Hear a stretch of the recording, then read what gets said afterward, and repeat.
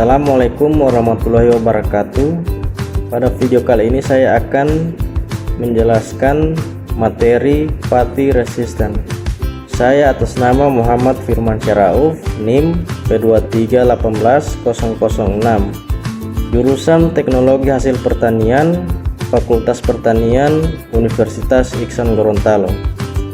Pati adalah homopolimer glukosa dengan ikatan A-glikosidik. Apa saja fraksi pati? Yang pertama, amilosa. Amilosa adalah fraksi terlarut yang mempunyai struktur lurus dengan ikatan A (1.4) D glukosa. Yang kedua, amilopektin, yaitu fraksi tidak terlarut dan mempunyai struktur bercabang dengan ikatan A 1.6 dan 1.6 D glukosa. Kemudian jenis pati. Yang pertama, rapidly digestible starch. Yang kedua, slowly digestible starch. Dan yang ketiga, resistant starch. Pati resisten, jenis pati yang tidak tercerna atau resisten dalam saluran sistem pencernaan manusia. Kemudian pati yang tidak dapat dicerna di dalam usus halus merupakan pati yang resisten terhadap enzim amilolitik dan yang disekresikan.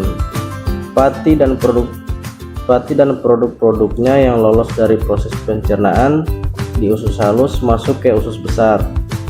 Kemudian pati resisten dapat dihidrolisis lebih lanjut di dalam usus besar dan menghasilkan glukosa secara cepat yang difermentasikan oleh mikroflora di usus besar dan menyebabkan efek yang menguntungkan bagi kesehatan manusia.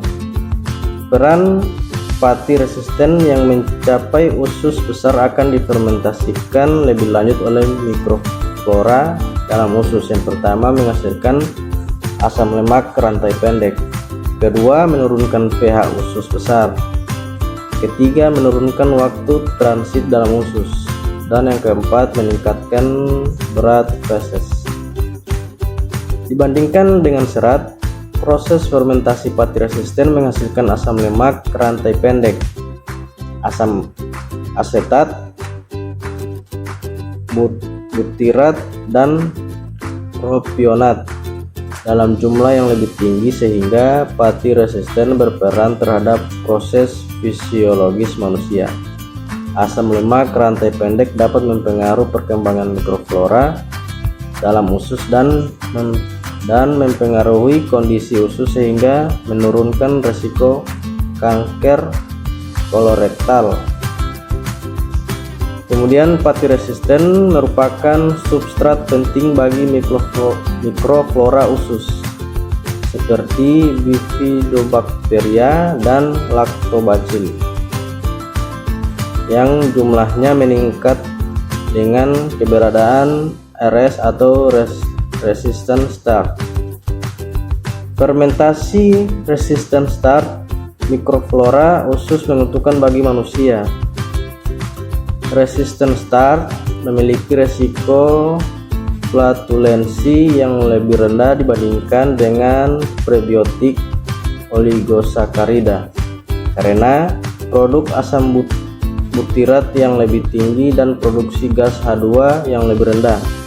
Kemudian butirat dapat menurunkan risiko kanker kolon. Peran pati resisten terhadap kesehatan. Yang pertama, pengaruh terhadap mikroflora dan metabolisme usus. Peran yang pertama, difermentasi sempurna oleh mikroflora usus. Kemudian hanya menghasilkan sedikit gas ketika difermentasi. Meningkatkan kadar asam butirat dalam usus besar lebih tinggi dibandingkan serat yang difermentasi. Kemudian menurunkan pH usus digunakan secara selektif oleh Bifidobacteria dan Lactobacillus. Meningkatkan kolonisasi Bifidobacteria dan Lactobacillus. Menurunkan jumlah bakteri patogen dalam usus, menurunkan produksi asam empedu sekunder, dan terakhir mengurangi toksisitas fases. Kemudian pengaruh terhadap fisiologi, fungsi, dan kesehatan usus. Peran yang pertama, menurunkan gejala diare lama dan kehilangan cairan. Kemudian meningkatkan berat fases, menurunkan asupan energi ketika digunakan untuk mengganti pati yang dicerna, menurunkan respon insulin, meningkatkan penyerapan kalsium dan magnesium. Kemudian menstimulasi sistem kekebalan tubuh, dan terakhir menurunkan faktor resiko kanker usus besar. Kemudian lanjut ke jenis-jenis pati resisten. Pati resisten tipe 1 atau RS1. Pati resisten tipe 1 merupakan pati yang secara fisik tidak dapat dicerna oleh enzim pencernaan karena tersalut oleh serat-serat yang terdapat pada biji-bijian. RS1 membentuk ikatan molekul yang kuat dan terperangkap dalam jaringan sehingga enzim pencernaan tidak dapat mencerna molekul pati ini. Kemudian yang kedua, pati resisten tipe 2 atau RS2. Pati resisten tipe 2 dengan keadaan alami pati RS2 adalah pati yang terdapat dalam granula pati mentah atau tidak tergelatinisasi karena belum dimasak. Misalnya pada pati kentang mentah, pisang, jagung, dan bahan-bahan dengan kandungan amilosa tinggi lainnya. RS2 memiliki ujung terminal glukosa dari struktur pati karena terperangkap dengan kuat. Pati ini tahan terhadap hidrolisis enzim amilase. RS2 dapat hilang saat pemasakan akibat lepasnya barrier dan kerusakan granula pati. Dan yang ketiga, pati resisten tipe 3 atau RS3. RS3 merupakan molekul pati yang terbentuk selama pemanasan, kemudian pendinginan pati, retrogradasi pati terjadi menghasilkan makrokristal yang membuat pati tahan terhadap panas dan enzim. RS3 terdapat pada sereal, flek jagung, roti, dan kentang yang dimasak kemudian didinginkan. Struktur RS3 stabil terhadap suhu dan hanya bisa terpecah oleh suhu 80 sampai 50 derajat Celcius. Amilosa membuat RS3 stabil dan tahan terhadap amilase, sehingga semakin tinggi kandungan amilosa dalam pati, semakin tinggi pula kandungan pati resistennya. Kemudian yang terakhir, kandungan amilosa yang tinggi meningkatkan kemampuan mengkristal, sehingga pati tidak dapat mengembang atau gelatinisasi tidak sempurna saat pemasakan membuatnya lebih lambat tercerna. Kemudian pati resisten tipe 4.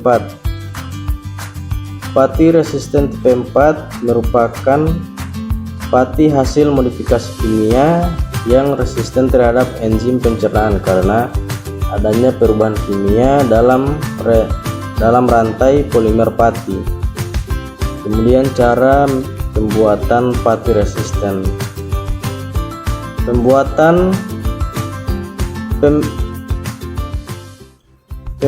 Pembentukan pati resisten selama pengolahan bahan berpati dipengaruhi oleh faktor, yaitu yang pertama kandungan air bahan, kedua pH dan suhu pemanasan, dan yang terakhir jumlah pengulangan pemanasan dan pendinginan serta pembekuan dan pengeringan. Pati resisten tipe 1. Proses pengecilan ukuran dapat menyebabkan penurunan kadar RS1. Resistensi pati terhadap enzim pencernaan pada tipe 1 didasarkan pada ketidakmampuan enzim pencernaan untuk mencapai pati tersebut, bukan karena tidak dapat mencerna pati tersebut. Kemudian belum ada cara yang dapat meningkatkan kadar RS1. Secara teoritis, pati dapat terperangkap dalam komponen-komponen pangan lain sehingga tidak dapat dicapai oleh enzim. Kemudian kadar RS1 dalam proses produksi pangan olahan tergantung pada stabilitas pemerangkapan selama proses pengolahan. Kemudian yang kedua, pati resisten tipe 2. Pati dalam granula kentang dan pisang sangat resisten terhadap enzim pencernaan. Kentang yang dikonsumsi setelah dimasak dan pisang matang mengandung sedikit atau tidak mengandung pati. Sumber lain RS2 adalah pati jagung dengan kadar amilosa tinggi atau HAMS, High Amylose Maize Starch. HAMS mengandung pati resisten tinggi. Perebusan dalam kondisi kadar air tinggi menyebabkan kadar RS tidak berubah. Kemudian berbagai kombinasi suhu, kadar air, dan lama proses digunakan untuk meningkatkan kadar pati resisten dengan cara menjaga granulat pati tetap utuh. Perlakuan panas kadar air HMT, Heat Moisture Treatment, dengan kadar air 35% dan perlakuan annealing pada kadar air 40% dapat meningkatkan kadar RS2 tanpa merusak struktur granula pati. Struktur granula pati lebih teratur dari sebelumnya. Kemudian perlakuan asam sebelum HMT atau annealing dapat meningkatkan kadar RS2 yang dihasilkan. Kemudian yang ketiga, pati resisten tipe 3. Pembuatan RS3 mencakup retrogradasi molekul pati setelah granula pati digelatinisasi atau didispresikan. Hidrasi pati yang diikuti dengan pemasakan pada suhu tinggi dan pendinginan kembali terhadap granula pati terlarut dapat menyebabkan perubahan struktur sehingga terbentuk pati terretrograsi yang bersifat tidak terlarut dan sulit diserang oleh enzim amilase. Pemasakan di atas suhu gelatinisasi berpengaruh besar pada retrogradasi amilopektin. Kemudian perbedaan proses pengolahan dapat mengakibatkan perbedaan derajat rekristalisasi pati sehingga menghasilkan perbedaan RS. Metode terbaru melibatkan depolimerisasi parsial sebelum atau setelah struktur granula pati rusak. Kemudian yang terakhir, RS3 umumnya berhubungan dengan retrogradasi amilosa. Retrogradasi amilosa juga berperan dalam pembentukan RS3. Tetapi RS3 dari amilopektin rusak setelah pemanasan mencapai 100 derajat Celcius. Kemudian pati resisten 4. Proses modifikasi kimia dapat meningkatkan kadar RS4. Modifikasi pati melalui peningkatan silang menghasilkan pati fosfodiester. Proses pengikat silang dapat meningkatkan kadar RS hingga 40-98%. Sekian materi yang dapat saya sampaikan. Wassalamualaikum warahmatullahi wabarakatuh.